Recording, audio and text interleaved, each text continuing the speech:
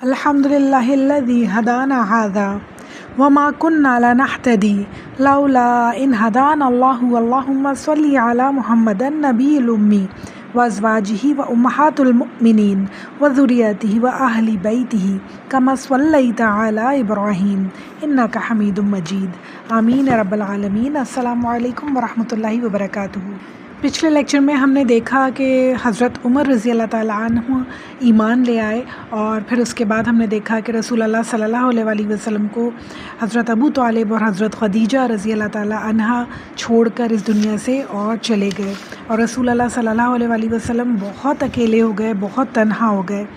مگر اللہ کا کرنا یہ تھا کہ حضرت عمر رضی اللہ تعالیٰ عنہ ایمان لے آئے۔ حضرت حمزہ ایمان پہلے ہی لا چکے تھے، اور جب اسلام کا نور بہت زیادہ پھیل رہا تھا، صرف مکہ میں نہیں بلکہ دوسرے علاقوں میں بھی اسلام کا نور پھیل گیا تھا، اور اب ناممکن تھا کہ مشرکوں کی پھوکوں سے یہ چراغ بجھ سکے، مگر پھر بھی کافروں کی کوششیں مستقل چلتی رہیں۔ حضرت ابو طالب کے جانے کے بعد ان کی ہمتیں اور بھی زیادہ بڑھ گئیں، اور آہستہ آہستہ ہر طرح کی تکلیف رسول اللہ صلی اللہ علیہ وسلم کو دینے لگے۔ ایک دفعہ تو ایسا ہوا کہ آپ صلی اللہ علیہ وسلم خانہ کعبہ میں نماز پڑھ رہے تھے، اور ان کے اوپر لا کے بکری کی اوج انہوں نے ڈال دی۔ رحمت للعالمین نے صرف اور صرف اس کا یہ جواب دیا کہ آل مناف پڑوسی کے ساتھ کیا ایسا سلوک کرتے ہیں؟ ایک دفعہ آپ صلی اللہ علیہ وسلم کہیں جا رہے تھے تو ان لوگوں نے آپ صلی اللہ علیہ وسلم کے سر میں ڈھیروں مٹی ڈال دی۔ آپ صلی اللہ علیہ وسلم اسی حال میں واپس آ گئے، اور گھر میں حضرت فاطمہ رضی اللہ تعالیٰ عنہا موجود تھیں۔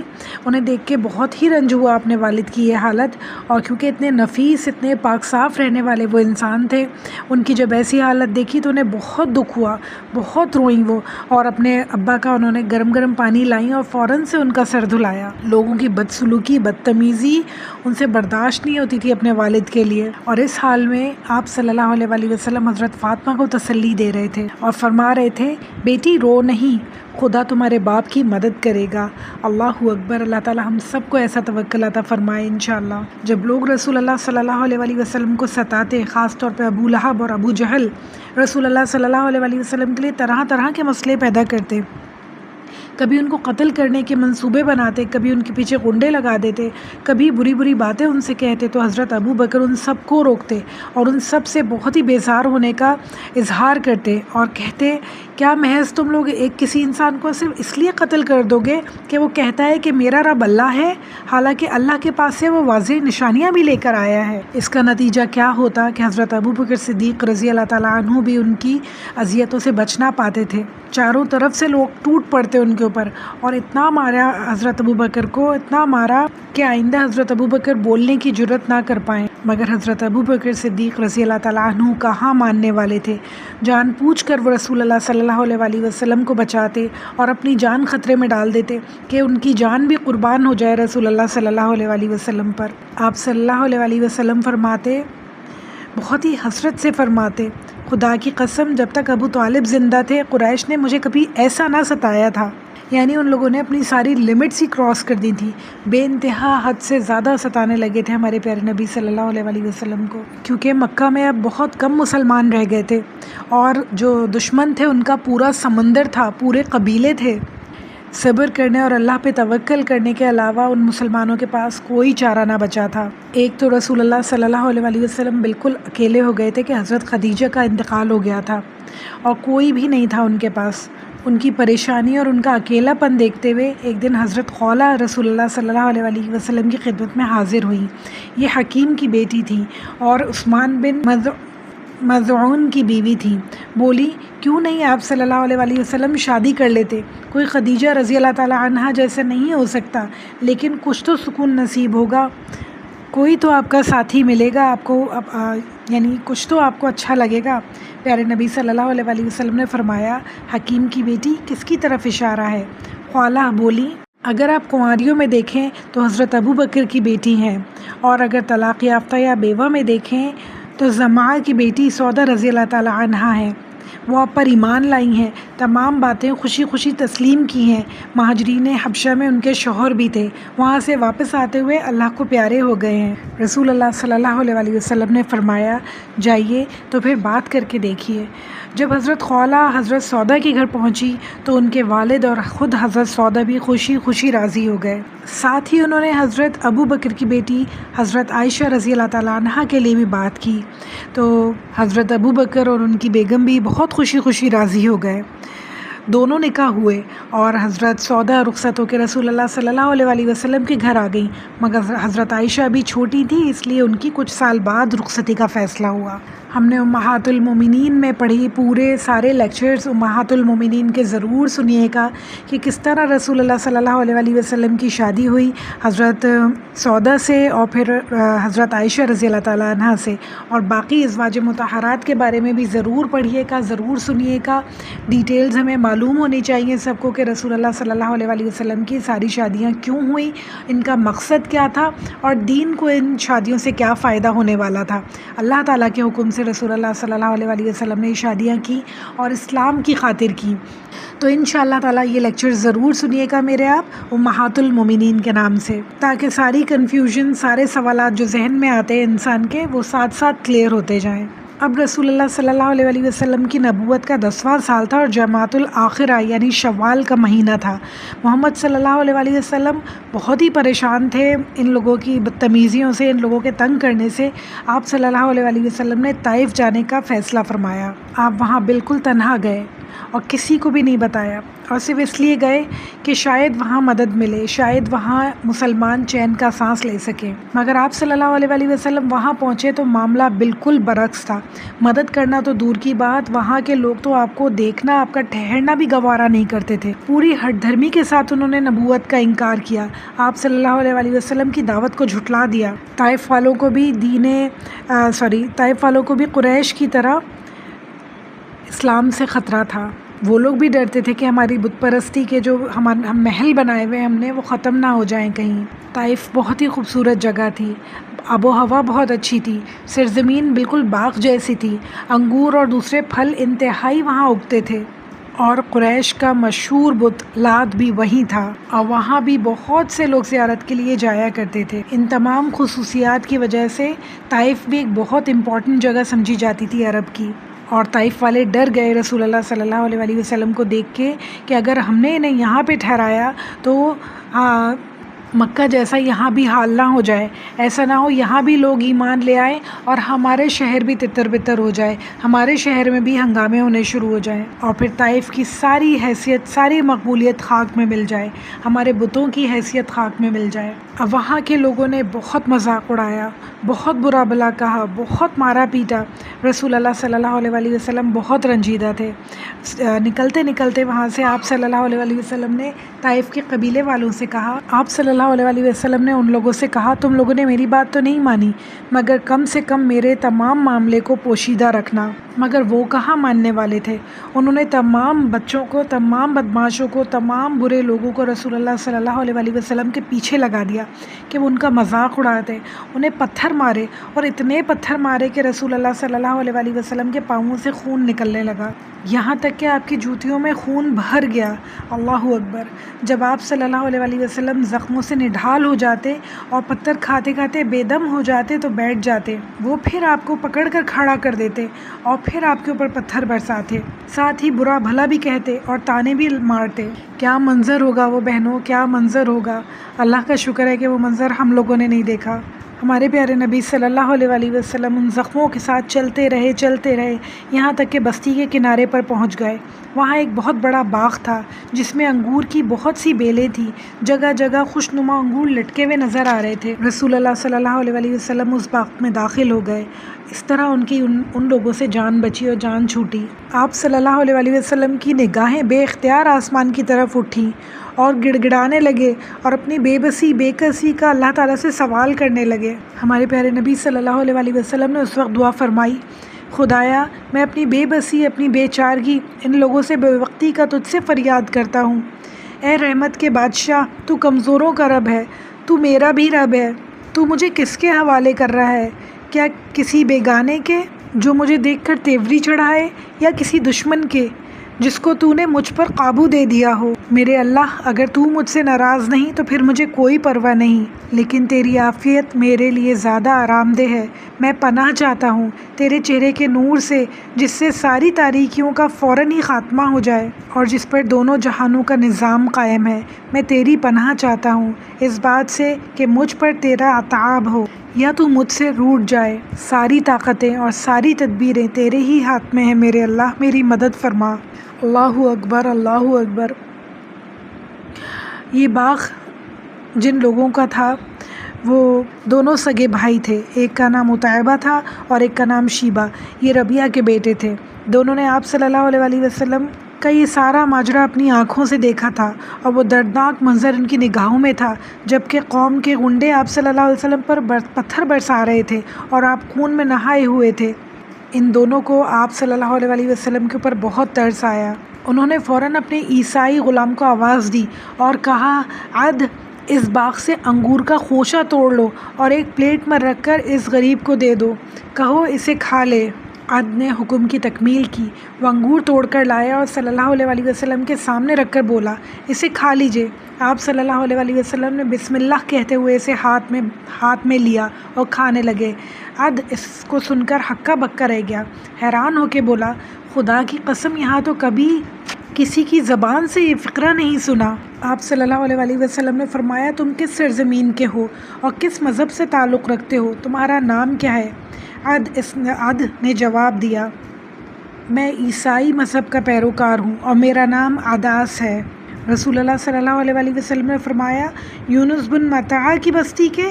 وہ تو بہت نیک آدمی تھے۔ یہ سن کر عداس کی حیرانی اور بڑھ گئی اور وہ بڑی بے تابی سے بولا، آپ کیسے جانتے ہیں یونس بن متع کو؟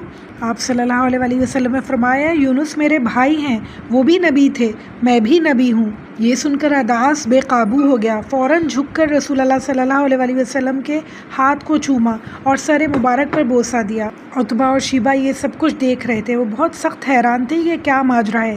پھر عداس لوٹ کر گیا تو وہ بولے، میاں عداس، اس آدمی کے ہاتھ پر کیوں چوم رہے تھے؟ عداس نے جواب دیا، میرے آقا، روئے زمین پر اس سے بہتر کوئی آدمی نہیں، اس نے ایک ایسی بات بتائی ہے جو صرف نبی ہی بتا سکتا ہے۔ یہ سن کر وہ دونوں بولے، میاں عداس، اس کی باتوں میں آ کر کہیں اپنا دین نہ چھوڑ دینا، تمہارا دین اس کے دین سے بہتر ہے۔ طائف سے پریشان ہو کے رسول اللہ صلی اللہ علیہ وسلم کا رخ واپس مکہ کی طرف ہوا۔ طائف اور مکہ کے درمیان ایک مقام نخلہ، چلتے چلتے آپ صلی اللہ علیہ وسلم تھک گئے تو وہیں دم لینے کے لیے ٹھہر گئے۔ پھر جب رات کافی گزر گئی اور ہر طرف سناٹا چھا گیا تو اس پرسکون تنہائی میں آپ صلی اللہ علیہ وسلم نماز کے لیے کھڑے ہوئے اور بہت ہی خوبصورت آواز میں قرآن کی تلاوت شروع کر دی۔ اتفاق سے جنوں کے ایک گروہ کا وہاں سے گزر ہوا، اس طرح قرآن پڑھنے کی آواز ان کے کانوں میں بھی گئی اور جنوں کو یہ کلام انتہائی عجیب معلوم ہوا۔ اس سے پہلے ایسا کلام انہوں نے کبھی نہیں سنا تھا۔ وہ ٹھہر کر اسے سننے لگے اور اللہ تعالیٰ کی کرم نوازی ان جنوں کے اوپر ہوئی کہ انہیں ہدایت نصیب ہو گئی، اور وہ جن لوٹ کر جب اپنی قوم میں واپس آئے تو انہوں نے اپنی قوم میں ہدایت دی، یعنی قوم میں رسول اللہ صلی اللہ علیہ وسلم کی دین کی تبلیغ کی۔ سبحان اللہ! آپ دیکھیں، جب اللہ تعالیٰ جو چاہے کر سکتے ہیں۔ رسول اللہ صلی اللہ علیہ وسلم انسانوں سے مایوس ہوئے تھے تو اللہ تعالیٰ نے جن بھیج دیے جو ہدایت لینے کے لیے تیار تھے۔ ان کے دل اتنے پاکیزہ، اتنے نیک تھے کہ رسول اللہ صلی اللہ علیہ وسلم کی زبان سے تلاوت سن کے وہ ایمان لے آئے، اور رسول اللہ صلی اللہ علیہ وسلم کو اس بارے میں کوئی خبر بھی نہیں تھی۔ سورہ احقاف میں اللہ تعالیٰ آیت نمبر 29 میں فرماتے ہیں، اور یاد کرو جب ہم نے کچھ جنوں کا رخ تمہاری طرف پھیر دیا کہ وہ قرآن سن لیں، تو جب وہ اس کے پاس پہنچے تو آپس میں کہنے لگے، چپ رہو اور کان لگا کر سنو۔ پھر جب قرآن پڑھا جاتا تو وہ اپنی قوم کو ہوشیار کرنے کے لیے لوٹے۔ سبحان اللہ، سبحان اللہ! اللہ تعالیٰ نے جنوں کو ہدایت دے دی رسول اللہ صلی اللہ علیہ وسلم کے ذریعے سے۔ رسول اللہ صلی اللہ علیہ وسلم صرف انسانوں کے نہیں، جنوں کے بھی نبی تھے۔ یہاں ادھر قریش کو طائف کا سارا معاملہ معلوم ہو چکا تھا، اور انہوں نے قسم کھا لی کہ اب محمد صلی اللہ علیہ وسلم آئیں گے تو ہم بھی ان کا ایسا ہی حال کریں گے، کیونکہ وہ سمجھ رہے تھے کہ طائف کی ناکامی نے آپ کے حوصلے حوصلے پست کر دیے ہوں گے، آپ کے اندر جوش اور جذبہ جو تھا اسے ختم کر دیا ہوگا۔ ان ساری سازشوں سے آپ صلی اللہ علیہ وسلم بالکل بے خبر تھے، مگر اتفاق کچھ ایسا ہوا کہ ہیرا نامی ایک مقام پر پہنچے تو قریش کے کچھ لوگ آپ صلی اللہ علیہ وسلم کو مل گئے۔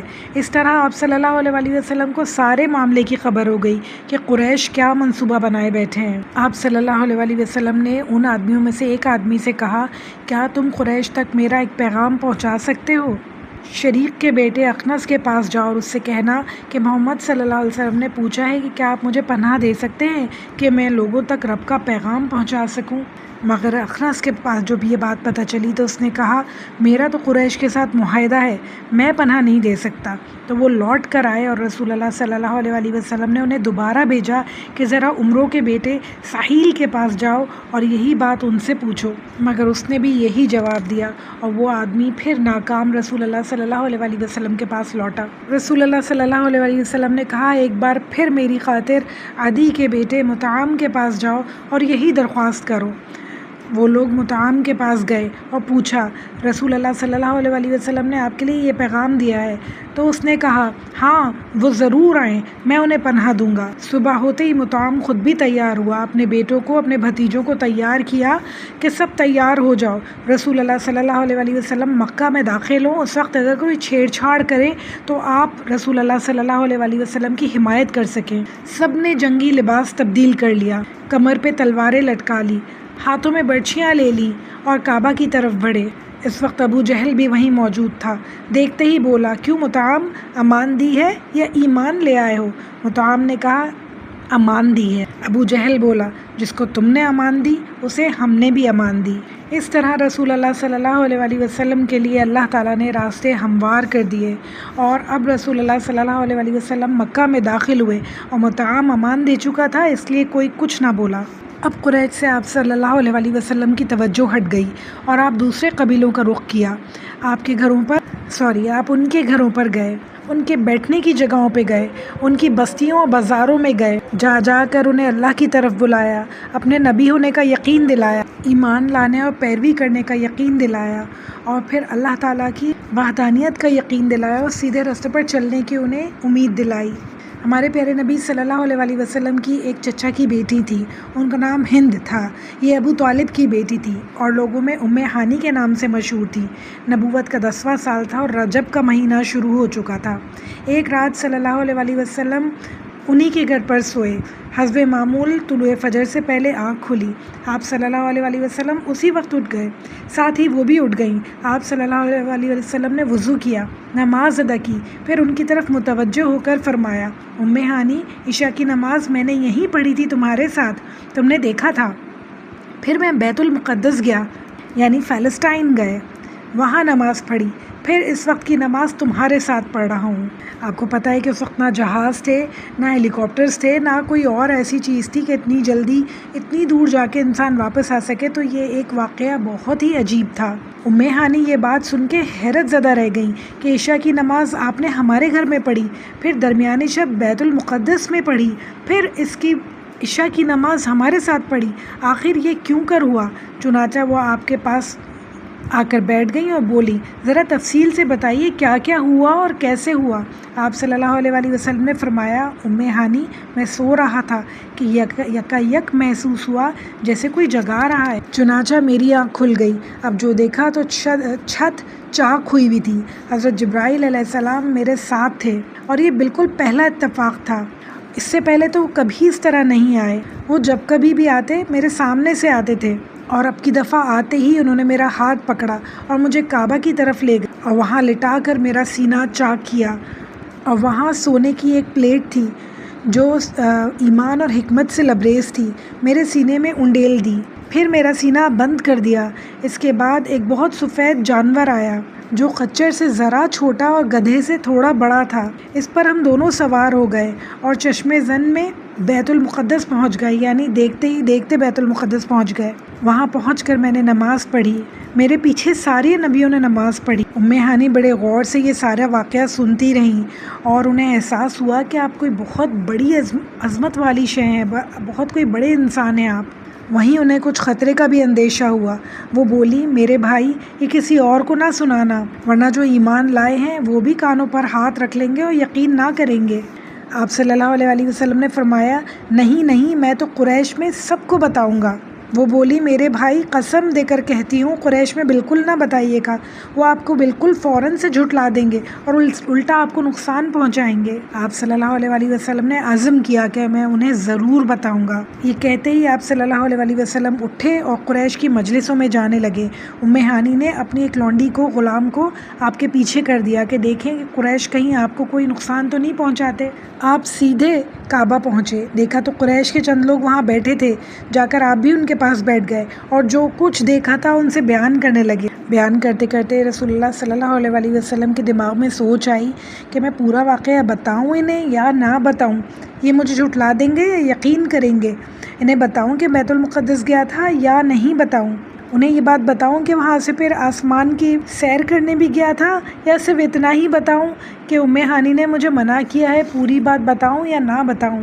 اس وقت رسول اللہ صلی اللہ علیہ وسلم کا دماغ بہت ہی زیادہ کشمکش میں تھا، سمجھ میں نہیں آ رہا تھا کیا کروں۔ آپ چہرے سے تو بہت ہی حشاش بشاش تھے کہ آپ بہت ہی خوش تھے کہ اللہ تعالیٰ نے مجھے کیسی کیسی نعمتیں دکھائیں اور میری کتنی عزت افزائی ہوئی اس دنیا میں بھی اور آسمانوں پر بھی۔ ایک ہی رات میں خانہ کعبہ سے بیت المقدس کی سیر کر کے آ گئے، آسمان کی بلندیوں معراج کی سیر کر کے آ گئے، جہاں عرش الہی ہے، جہاں خدا کی بادشاہت ہے، وہ سب دیکھ کر آیا ہوں۔ اتنی خوشی تھی رسول اللہ صلی اللہ علیہ وسلم کو، مگر ایک اندیشہ بھی تھا ساتھ کہ اگر انہیں بتاؤں گا تو یہ مذاق اڑائیں گے، جھٹلائیں گے، میں کروں تو کیا کروں۔ اور دل میں ایک طوفان تھا کہ اپنی پوری بات سب کو بتاؤں تاکہ سب کو پتہ چلے کہ میں نے کیا کیا دیکھا، مجھے کتنی خوشی ہو رہی ہے اندر سے، اللہ تعالیٰ کی نشانیاں جو میں نے اپنی آنکھوں سے دیکھی وہ لوگوں تک پہنچاؤں۔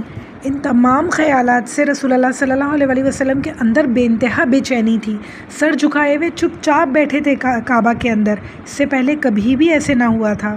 سب نے دیکھا کہ رسول اللہ صلی اللہ علیہ وسلم اپنی عادت کے خلاف بالکل چپ چاپ بیٹھے ہیں۔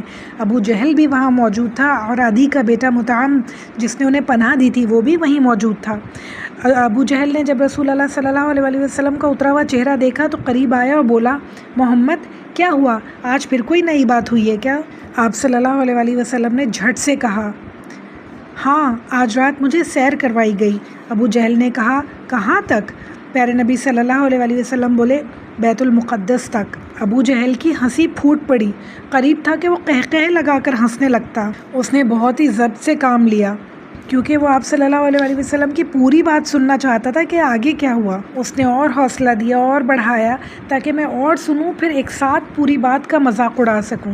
اس نے جلدی سے زور سے آواز لگائی آل کعب، اور یہ آواز ہواؤں کو چیرتی ہوئی تمام لوگوں تک پہنچی اور آنن فانن لوگ اکٹھا ہونا شروع ہو گئے اور کہنے لگے ابو الحکم کیا بات ہے، کیا بات ہے؟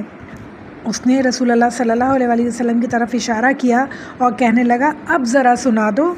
آپ صلی اللہ علیہ وسلم نے فرمایا آج رات براق نامی ایک جانور آیا، اس پر بیٹھ کر میں نے بیت المقدس کی سیر کی، وہاں پہنچا تو نبیوں کی جماعت آئی ہوئی تھی، ان میں ابراہیم علیہ السلام بھی تھے، موسیٰ علیہ السلام، عیسیٰ علیہ السلام بھی تھے، میں نے ان سب کی امامت فرمائی۔ یہ سن کر لوگ بے قابو ہو گئے اور قہقہے مار مار کر ہنسنے لگے۔ اچھا، سارے نبی زندہ ہو کر تمہارے پاس آ گئے تھے، ذرا ان کا حلیہ تو بیان کرو۔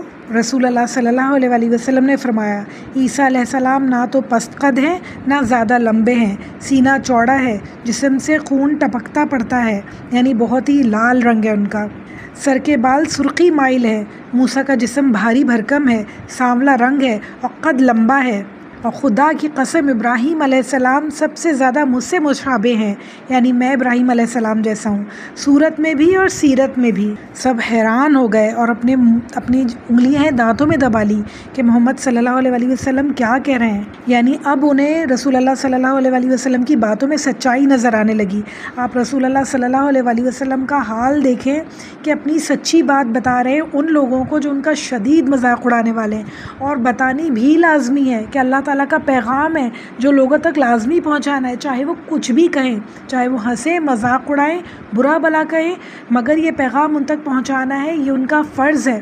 اپنی عزت نفس کو بالکل انہوں نے پامال کر دیا کچھ بھی نہیں دیکھا اللہ کے پیغام کے آگے، کچھ بھی نہیں دیکھا، نہ اپنی عزت، نہ اپنا مقام، نہ کچھ، اور اپنی ساری باتیں انہیں بتاتے چلے گئے، لوگ مذاق اڑاتے چلے گئے اور ہمارے پیارے نبی صلی اللہ علیہ وآلہ وسلم انہیں بتاتے چلے گئے۔ سبحان اللہ، وہ سوچ میں پڑ گئے کہ یہ باتیں سچ ہیں، جھوٹ ہیں، من گھڑت ہیں، کیا ہے۔ کچھ دلوں پر تو اللہ تعالیٰ نے آپ صلی اللہ علیہ وآلہ وسلم کی عظمت بٹھا دی، یعنی ان کے دلوں کو یقین ہونے لگا کہ رسول اللہ صلی اللہ علیہ وآلہ وسلم سچ کہہ رہے ہیں۔ کچھ لوگوں کی عقلیں حیران ہو گئیں اور ذہن پریشان ہو گئے۔ کچھ لوگ رسول اللہ صلی اللہ علیہ وآلہ وسلم کو جھٹلانے، ان کا مذاق اڑانے میں آگے آگے تھے۔ کچھ لوگ رسول اللہ صلی اللہ علیہ وآلہ وسلم کے سب سے عزیز دوست حضرت ابو بکر کے گھر پہنچے اور انہیں سارا واقعہ سنایا اور بولے، ابو بکر ذرا اپنی جناب تو سنو، کہتے ہیں کہ آج رات مجھ کو بیت المقدس کی سیر کروائی گئی ہے۔ حضرت ابو بکر نے فرمایا، رسول اللہ صلی اللہ علیہ وآلہ وسلم نے کہا ہے تو سچ کہا ہوگا۔ وہ لوگ بولے، یہ کوئی یقین کرنے والی بات ہے کہ بیت المقدس سے رات ہی رات میں ہو کر واپس بھی آ گئے؟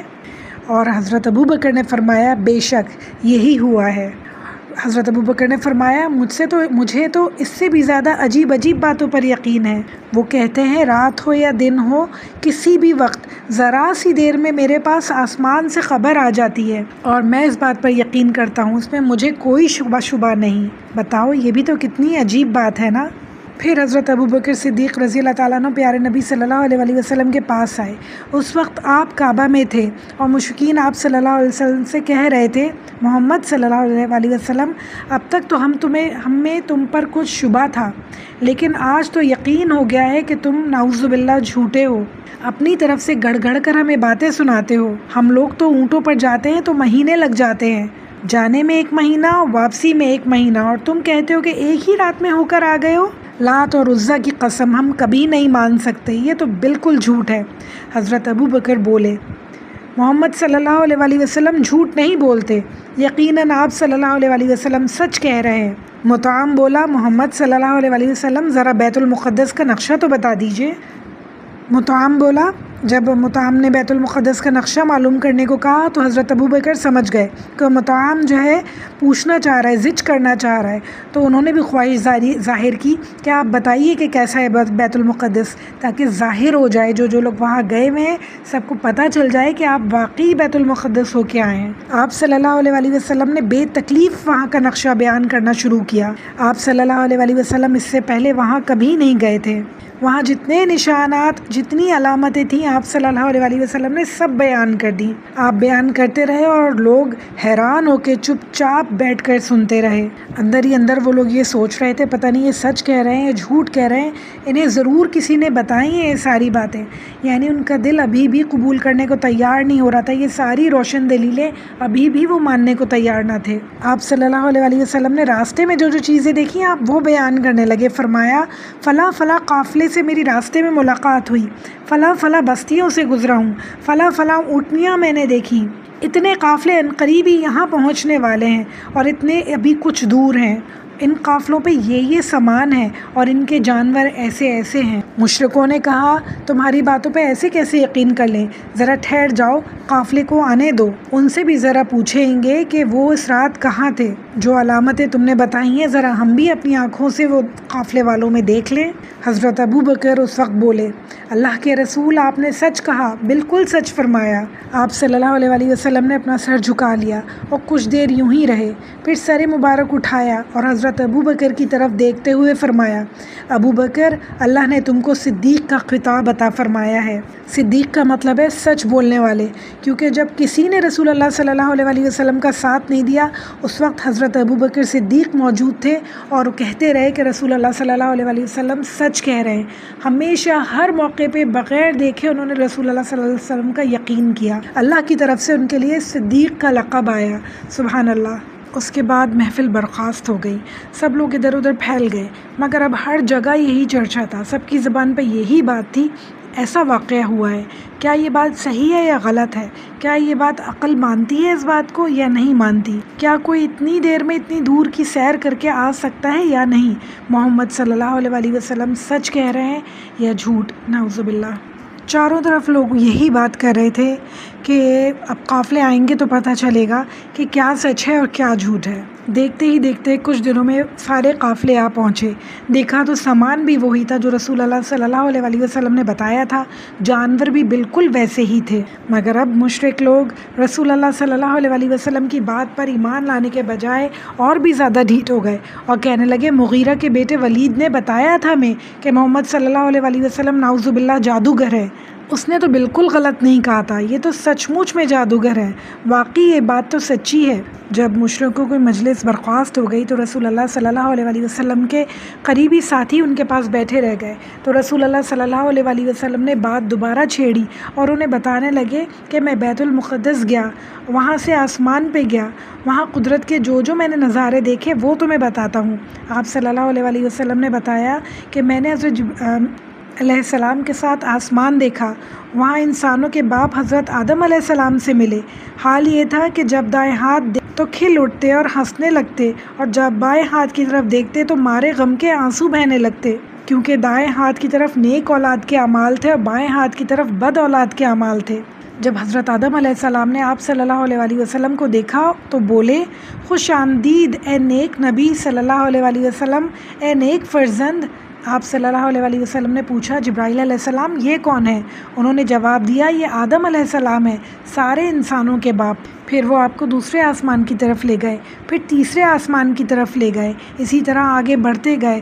ہر آسمان پر فرشتے ان سے کہتے رہے خوش آمدید اے نیک نبی، خوش آمدید اے نیک بھائی، یہاں تک کہ آپ صلی اللہ علیہ وسلم 7ویں آسمان پر پہنچ گئے۔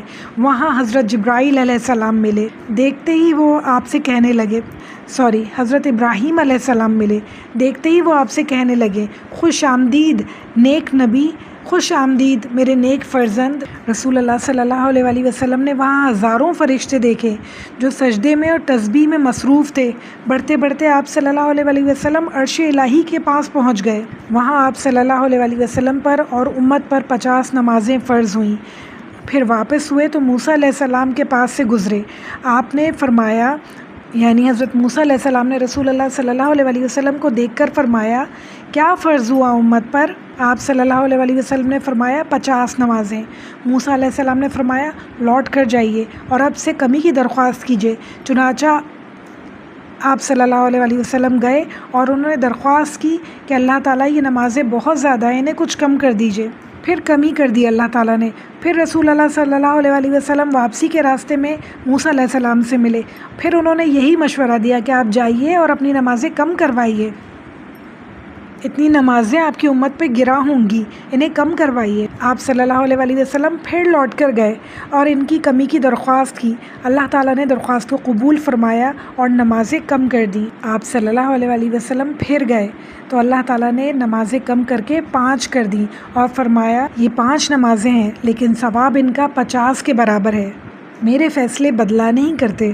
پوری رات گزر گئی، رسول اللہ صلی اللہ علیہ وسلم وہاں کی باتیں کرتے رہے، آسمان پہ جو مناظر دیکھے اور اللہ تعالیٰ کی باتیں جو ان سے ہوئیں وہ سب اپنے ساتھیوں کو بتاتے رہے۔ جس دلچسپی سے رسول اللہ صلی اللہ علیہ وسلم بتا رہے تھے اسی دلچسپی سے ان کے ساتھی یہ ساری باتیں بیٹھ کے سنتے رہے۔ آپ صلی اللہ علیہ وسلم نے جنت میں جو دیکھا وہ سب انہیں بتایا۔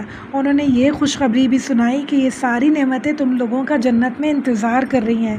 سبحان اللہ، اللہم انی اسألک الجنۃ الفردوس۔ اللہ تعالیٰ ہم سب کو بھی جنت میں یہ ساری نعمتیں عطا فرمائے جن کی بشارت ہم سب کے پیارے نبی صلی اللہ علیہ وسلم نے اپنے ساتھیوں کو دی انشاءاللہ تعالیٰ۔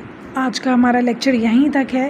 اگلے لیکچر میں ہم دیکھیں گے رسول اللہ صلی اللہ علیہ وسلم مختلف عیسائی قبیلوں سے ملاقات کی، انہوں نے مختلف یہودی قبائل سے ملاقات کی، ان کے بارے میں پڑھیں گے، اور حضرت چچا عباس کی تقریر ہم سنیں گے جو نیکسٹ لیکچر میں ہوگی انشاءاللہ۔ ربی اعنی علی ذکرک و شکرک و حسن عباداتک، ربنا تقبل منا انک انت السمیع العلیم وتوب علینا انک انت التواب الرحیم۔ صلی اللہ تعالی علی خیر خلقہ ازواجہ و ذریتہ اجمعین برحمتک یا ارحم الراحمین۔ السلام علیکم ورحمۃ اللہ وبرکاتہ۔